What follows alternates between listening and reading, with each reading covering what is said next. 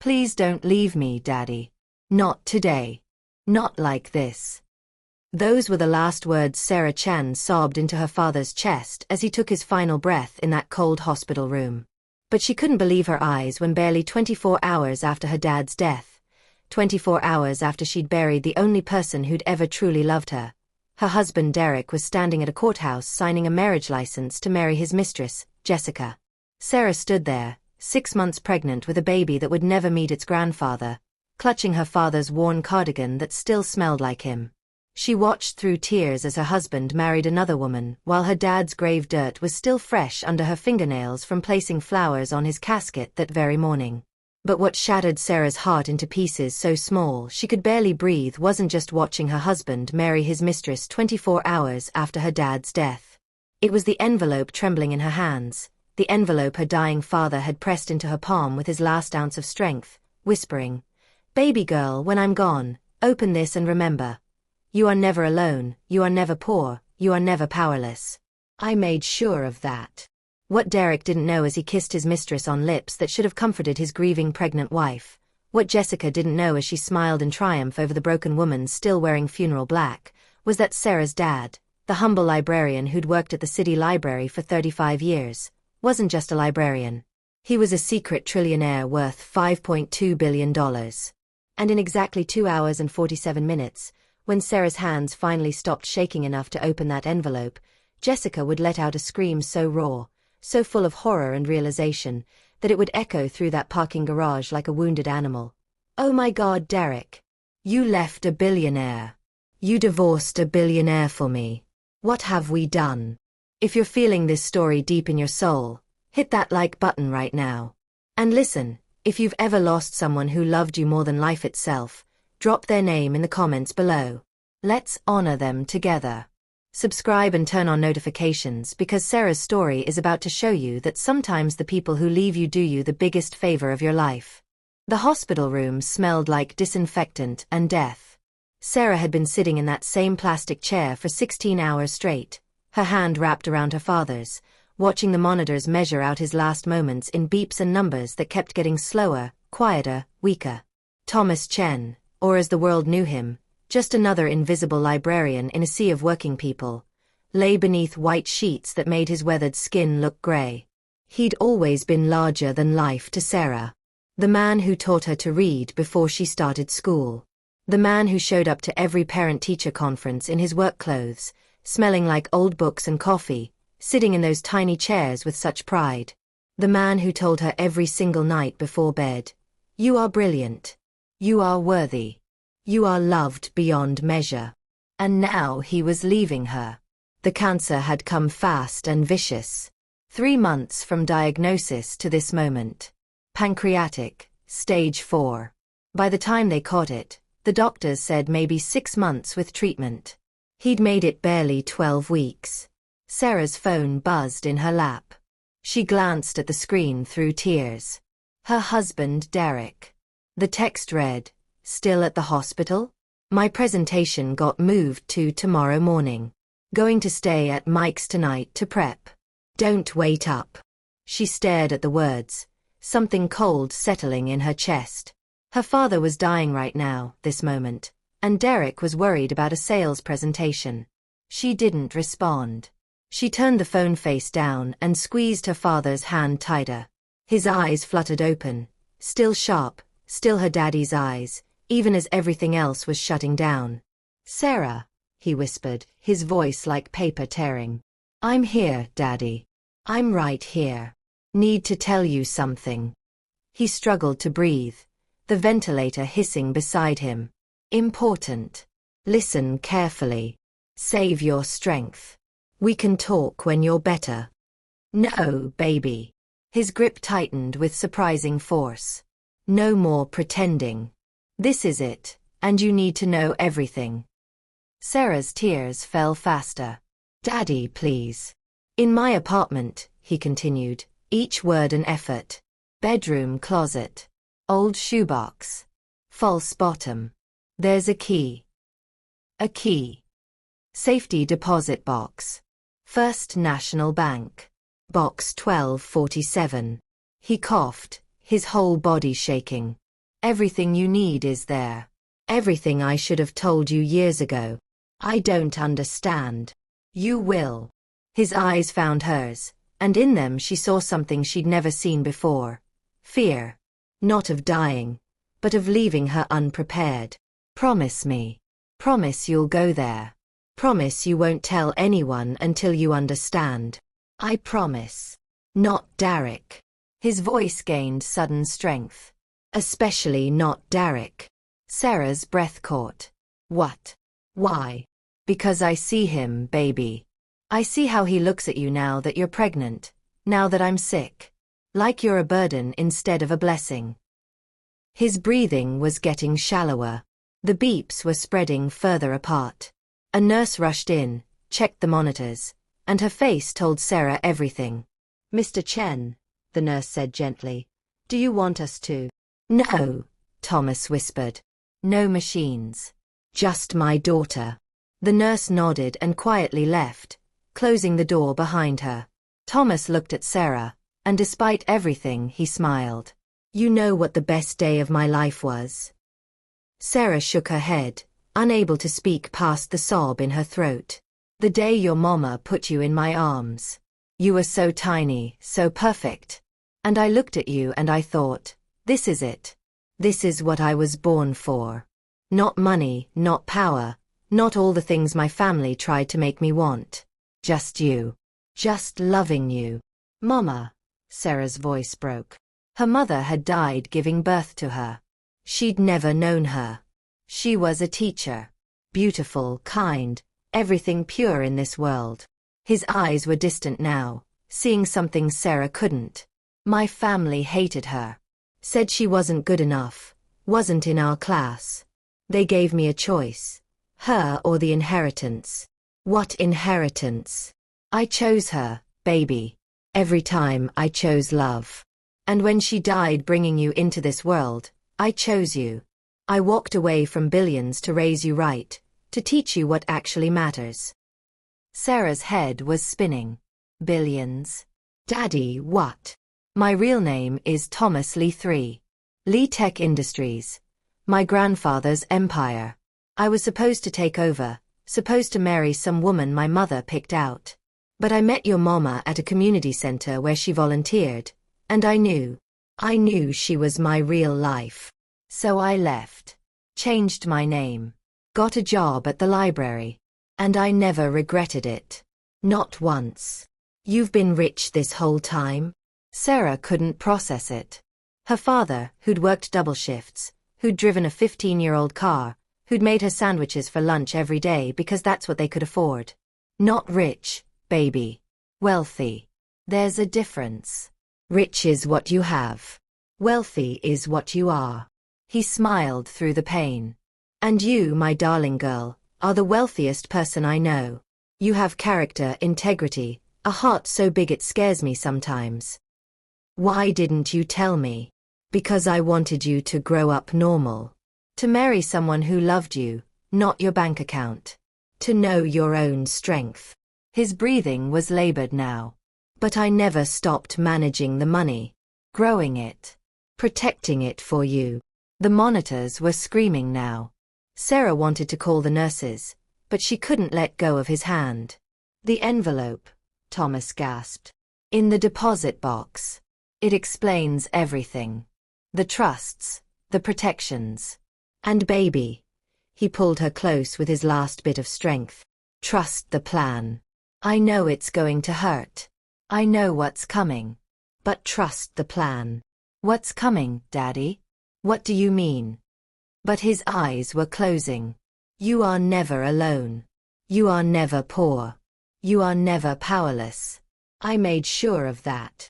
Daddy, no. I love you, Sarah. More than all the money in the world. You are my greatest treasure. And then he was gone. Just like that. The machines flatlined. The sound echoed in Sarah's ears like the end of everything. She collapsed onto his chest, sobbing so hard she couldn't breathe, clutching his worn cardigan, breathing in the smell of him one last time. Old books and coffee and love. The rain hammered down on Riverside Cemetery like the sky itself was grieving. Sarah stood at the edge of her father's grave, her black dress soaked through, her hand resting on her swollen belly as the preacher's words blurred into meaningless sound. She couldn't hear him over the roar in her head, the desperate voice screaming that this couldn't be real, that any second now her daddy would walk up behind her and say, "Just kidding, baby girl. I'm not going anywhere." But the casket being lowered into the ground said different. The white lilies she'd placed on top, his favorite flowers, were already wilting in the rain, petals washing away into the mud. There were maybe 30 people there. Former co-workers from the library, a few neighbors, some distant relatives who'd shown up out of obligation. Her father had lived quietly, loved deeply, and died leaving a hole in the world that felt too big for Sarah to survive. Derek stood beside her, but he might as well have been on another planet. He held an umbrella over his own head, not hers. He checked his phone every few minutes, his jaw tight with impatience. When the preacher said, "Ashes to ashes, dust to dust," Derek sighed loud enough for Sarah to hear. She looked at him then, really looked at him, and saw a stranger.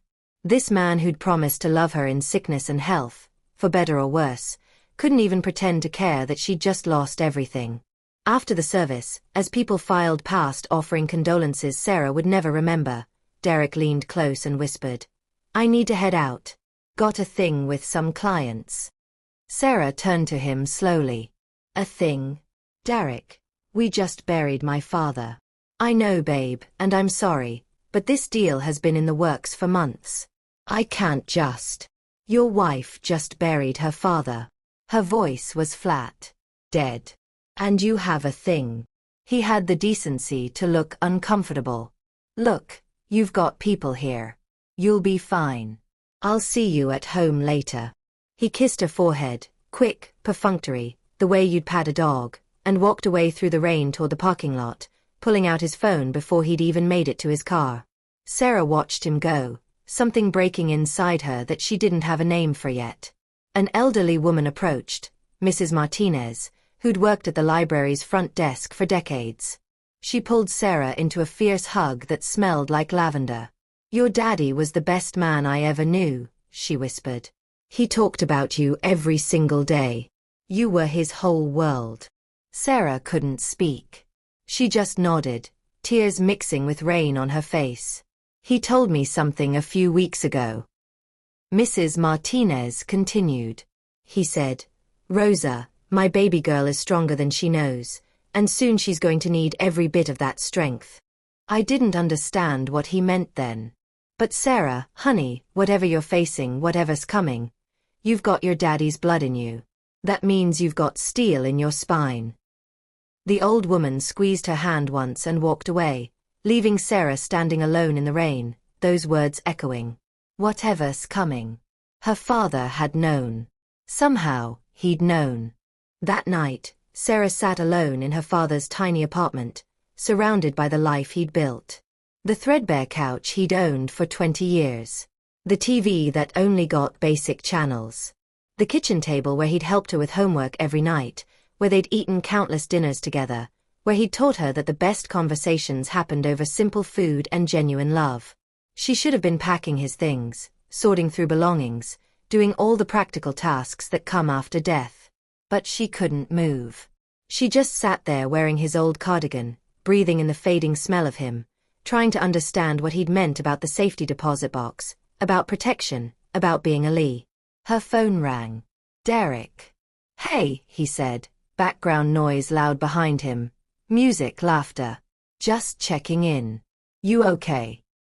"Where are you?" "Just grabbed dinner with the team. You know how it is. Had to decompress after the funeral. Heavy day. Heavy day." Like he'd been the one lowering his father into the ground. "When are you coming home?" Probably late. We might hit up a bar after this. You should get some rest. You look exhausted." "I look exhausted." Her voice cracked. "Derek, I buried my father today." "I know, babe. That's why I'm saying you should rest." He sounded irritated now, like she was being unreasonable. "Look, I gotta go. Order some food, take a bath. I'll see you tomorrow." He hung up before she could respond. Sarah sat there staring at her phone, and that's when she saw it, a notification at the top of the screen. Derek's Instagram had been tagged in a photo. Her hands shook as she opened it. There he was, at some trendy restaurant she'd never heard of, sitting in a booth. And next to him, pressed close, laughing at something he'd said, was a woman Sarah had never seen before. Beautiful, polished, wearing a red dress that probably cost more than Sarah's monthly rent. The caption read, "Celebrating new beginnings with my favorite people. Party popper at direction at Jessica Wong." Jessica Wong, Senior Marketing Director at Derek's company. Sarah had heard the name before. Derek mentioned her sometimes. His boss. The woman he was always having meetings with. Sarah clicked on Jessica's profile. It was public, full of photos of expensive restaurants, luxury vacations, designer clothes. Success personified. And there, 3 photos down, was another one. Derek and Jessica, his arm around her waist, her hand on his chest, both of them smiling like they'd won the lottery. Posted 6 weeks ago. While Sarah's father was dying. While Sarah was spending every night at the hospital. While her world was ending. The caption, "When you know you know." Red heart. Sarah's vision blurred. She scrolled further. More photos. Derek and Jessica at a concert. At a beach. At what looked like a hotel room, though that one was more carefully cropped. The affair had been going on for months, maybe longer. While Sarah was pregnant with his child. While her father was dying. While she was drowning in grief and fear and loneliness, Derek had been building a whole other life with someone else. The next morning came too fast and too slow at the same time. Sarah hadn't slept. She'd spent the night on her father's couch, clutching his cardigan, staring at the ceiling, waiting for Derek to come home. He never did. At 6 a.m., her phone buzzed. A text, crashed at Mike's. Coming by at 9. "We need to talk. Important." Sarah's hands went to her belly. Her baby, her little girl the doctor had told her just last week, kicked hard, like she could feel her mother's fear. "It's okay, sweet girl," Sarah whispered. "We're going to be okay. Your grandpa promised. We just have to trust the plan." But she had no idea what the plan was. At 8:30 a.m., Sarah forced herself to shower, to put on clean clothes, to look like a person instead of a ghost. She made coffee she wouldn't drink. Sat at the kitchen table. Waited.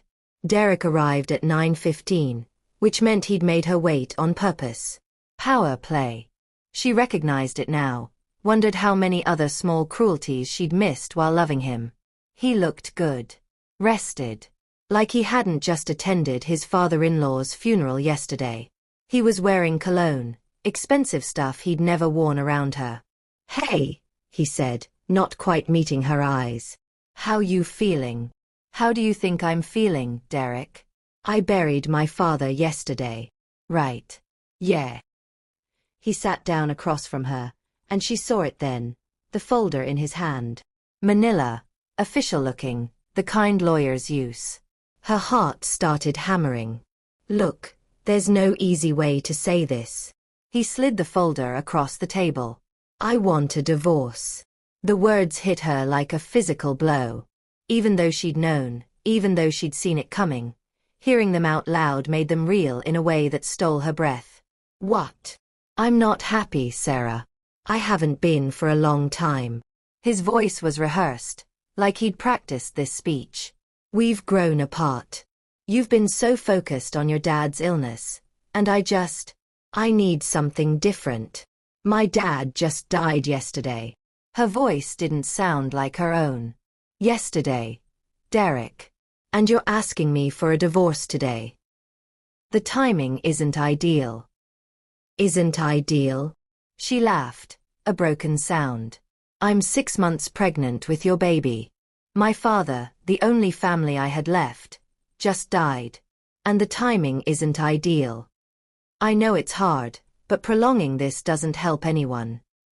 He was using his sales voice now, the one he used to close deals. "I've already talked to a lawyer. It can be simple. Clean." You keep the apartment. I'll pay child support. We can both move on with our lives. Move on. Sarah's hands were shaking. To what? To who? She pulled out her phone, opened Instagram, shoved it across the table. To her. Derek's face went carefully blank. Sarah. How long? Her voice rose. How long have you been sleeping with your boss while I was watching my father die? It's not like that. Then what is it like? She was shouting now, something she never did. Tell me, Derek.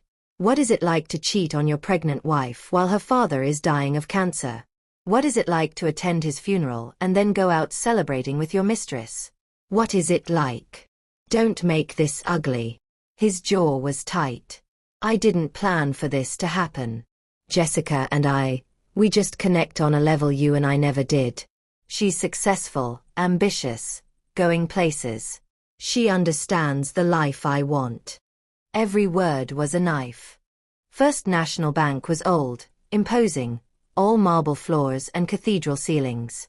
Sarah walked up to the information desk, her pregnant belly leading the way, and said, I need to access safety deposit box 1247. The woman's fingers flew over her keyboard. Then she paused, looked up at Sarah with new eyes. One moment, please. I need to get the manager. A man in an expensive suit appeared within minutes. Miss Chen? I'm Gerald Whitmore, branch manager. Please, follow me. He led her to a private room, used 2 keys to open the box, and then quietly excused himself. Inside was a single large envelope. Sarah's hands shook as she opened it. The first thing she saw was a letter in her father's handwriting. But beneath it were documents. So many documents. Stock certificates. Property deeds. Bank statements with numbers that didn't make sense. She read the letter first. My dearest Sarah. If you're reading this, I'm gone and you're probably confused, maybe scared, definitely grieving. I'm so sorry I'm not there to explain this in person, to hold you while you process it, to see your face when you realize who you really are.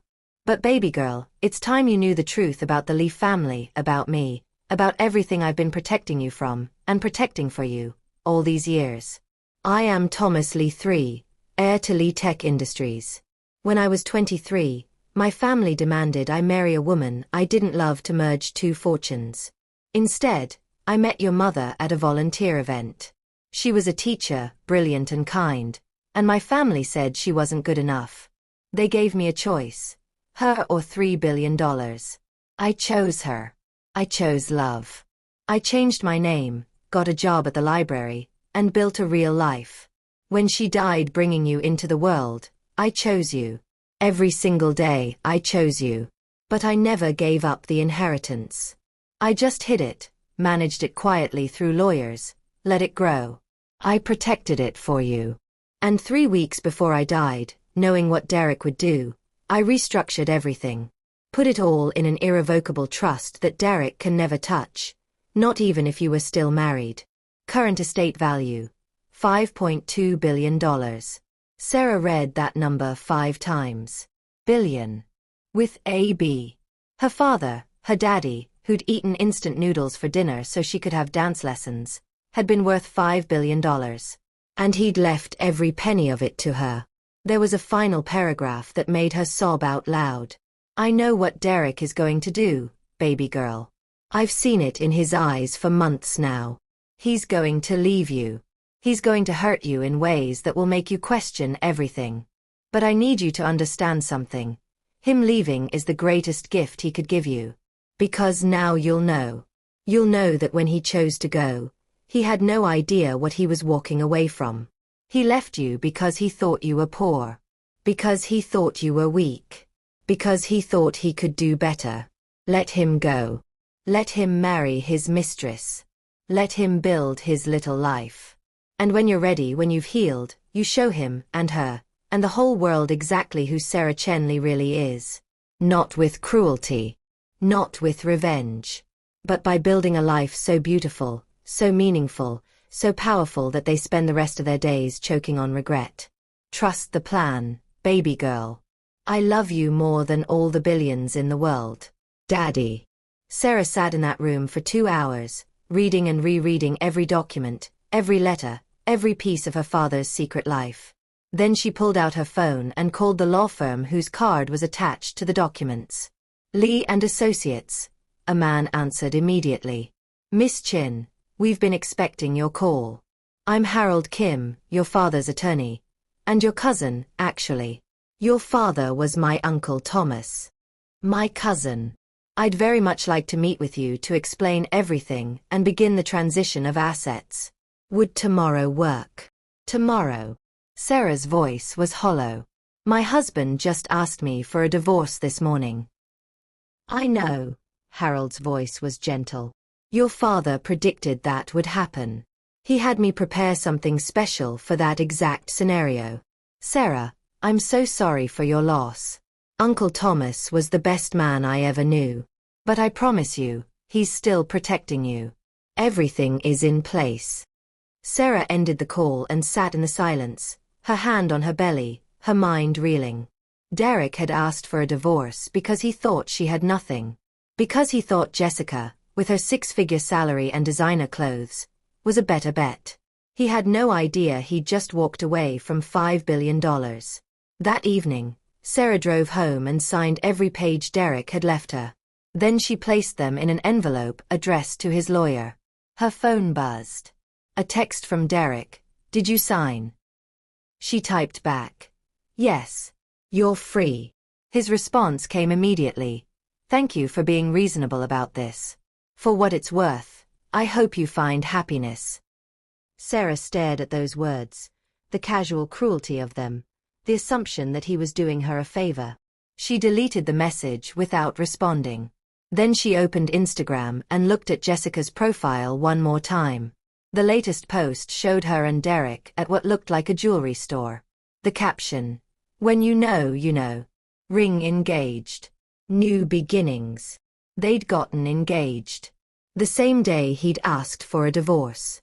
Probably the same day Sarah had buried her father. Sarah felt something shift inside her then. Not anger. Not even hurt anymore. Something colder. Something patient. Something her father had spent her whole life teaching her, even though she hadn't known what the lessons were for. Dignity in the face of cruelty. Grace under pressure. The long game. She commented on the post.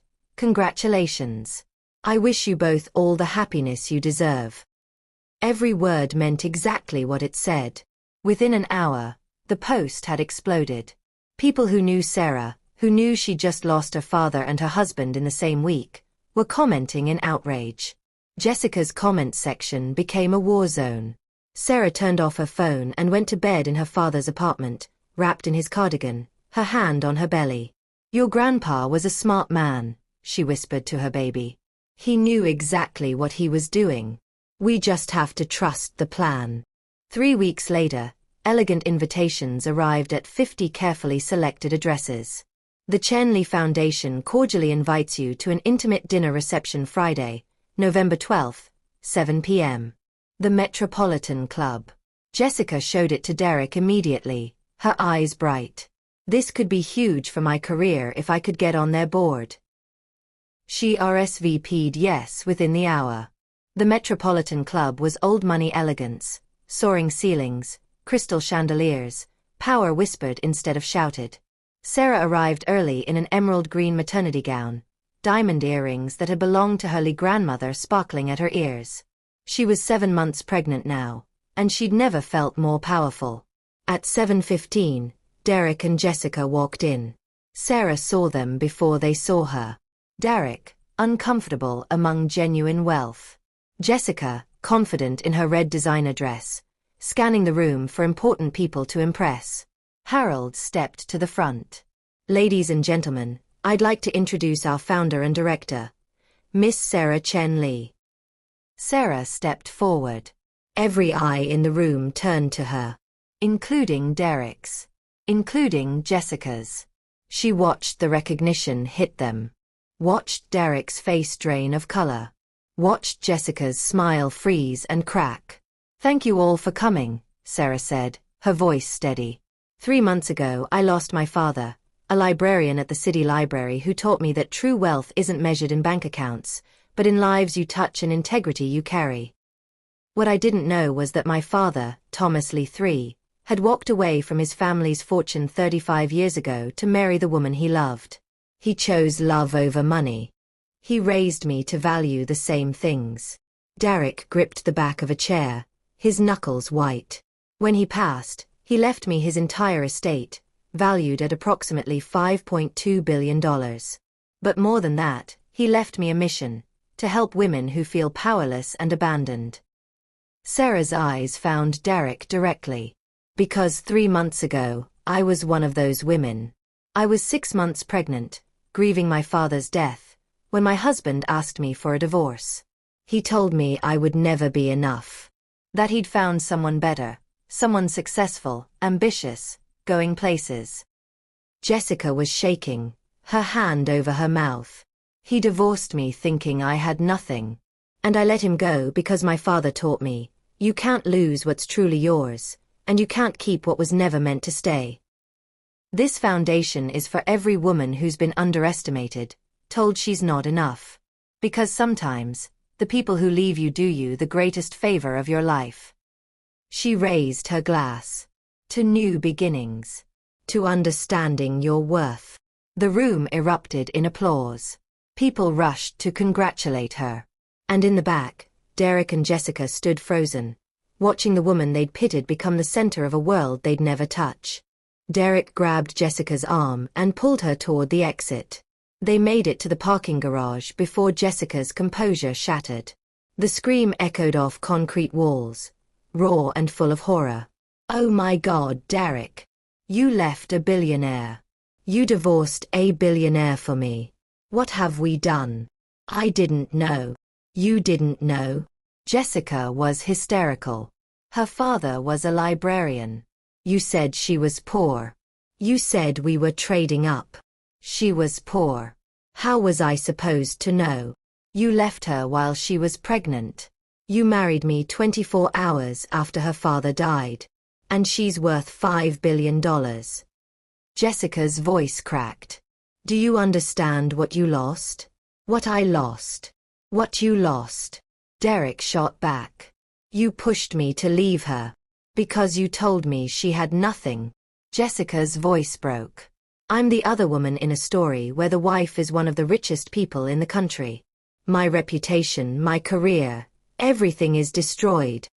She looked at her wedding ring and laughed bitterly. I thought I won. But she let you go because you were nothing. And she knew it before we did. Jessica pulled off her ring and threw it at him. I can't be married to a man stupid enough to divorce a billionaire. This is over. Jessica, wait. But she was gone, her heels clicking across concrete, leaving Derek alone with the echo of her screams and the weight of the biggest mistake of his life. Upstairs, Sarah was accepting promises of support, feeling her baby kick, strong and healthy. Harold approached with a knowing smile. They left rather quickly. Jessica was screaming in the parking garage. Sarah felt nothing. No satisfaction. No triumph. Just calm certainty. My father once told me the best revenge is building a life so beautiful your enemies destroy themselves watching it. Harold smiled. He'd be very proud of you. I know, Sarah said softly. I can feel it. 2 months later, Sarah gave birth to Naomi Thomas Chen Lee. 8 pounds, 2 ounces of perfect. Derek was allowed supervised visits because Sarah believed her daughter deserved to know her father, even if he'd proven unworthy of being in Sarah's life. Jessica moved to Seattle to escape the scandal. She declared bankruptcy within a year, took a lower-paying job where no one knew about the parking garage screaming. And Sarah built her foundation into something transformative. 200 women helped in the first year. Rent paid. Jobs secured. Hope restored. 5 years later, Naomi started kindergarten at the same school where her grandfather had worked as a librarian. The building had been renovated with a donation from the Chen Lee Foundation, and there was now a beautiful reading room named after Thomas Chen. Derek showed up to drop Naomi off on her first day, watching his confident, brilliant daughter skip into the building wearing a backpack almost as big as she was. "She's amazing," he said quietly to Sarah. "Yes," Sarah agreed, her eyes on her daughter. "She is." He wanted to say he'd changed, that he understood now, that he'd give anything for a second chance. But Sarah's eyes were on Naomi, and he realized she wasn't thinking about him at all. She'd won, not by destroying him, but by building a life so full, so meaningful, that his presence or absence made no difference. "I'm sorry," Derek said finally. "For everything. For not seeing what I had. For not being there when you needed me. For being too blind to recognize that you were always enough." Sarah looked at him then, and her expression was kind but distant. "I forgive you, Derek. Not for you but for me. Because holding on to anger would only poison the life I'm building." "Do you think? Could we ever?" "No," she said gently but firmly. "That door closed when you walked through it. But you can be a good father to Naomi. That's what matters now." He nodded, understanding that this was all he'd ever get. A chance to be present for his daughter, even as he lived with the knowledge of everything he'd thrown away. Sarah stood in the morning sunlight, watching Naomi wave from the classroom window, her father's words echoing through her heart. "You are never alone. You are never poor. You are never powerless." And she knew he'd been right, not because of the billions, but because he'd raised her to know that true power comes from within. True wealth is measured in love. And the people who leave you are making room for the life you were always meant to live. She pulled out her phone and looked at the photo on her lock screen. Her father in his library uniform, holding baby Sarah, both of them laughing. She touched his face gently. "I did it, Daddy," she whispered. "I trusted the plan. And you were right about everything." The foundation had helped over 1,000 women now. Sarah had remarried, a kind architect named James who loved her for her heart, not her bank account. They were expecting their second child, and Naomi was thrilled to become a big sister. Derek lived in a modest apartment, working the same job, watching from a distance as Sarah's life became extraordinary while his remained ordinary. Jessica had moved back to town but avoided any event where she might run into Sarah, the shame still too fresh. And sometimes, late at night, Sarah would sit in her home office, the walls lined with photos of the women her foundation had helped, and she'd pull out that letter from her father and read it again. "The best revenge is living well." She'd lived those words. She'd built something beautiful from the ashes of her grief. She'd proven that love, real unconditional love, was worth more than anything money could buy. And in doing so, she'd honored her father's memory in the most powerful way possible, by becoming exactly the woman he'd always known she could be. If this story touched your soul, if it reminded you that you are never powerless, drop a red heart in the comments and tell me. What's your biggest takeaway from Sarah's journey? Subscribe and turn on all notifications because we share stories like this every week. Stories about resilience, karma, and the power of choosing yourself. Thank you for watching, and remember, the best revenge is living well. Your worth isn't determined by who stays or who leaves. It's determined by who you become when you choose to rise. See you in the next story. Folded hands sparkles.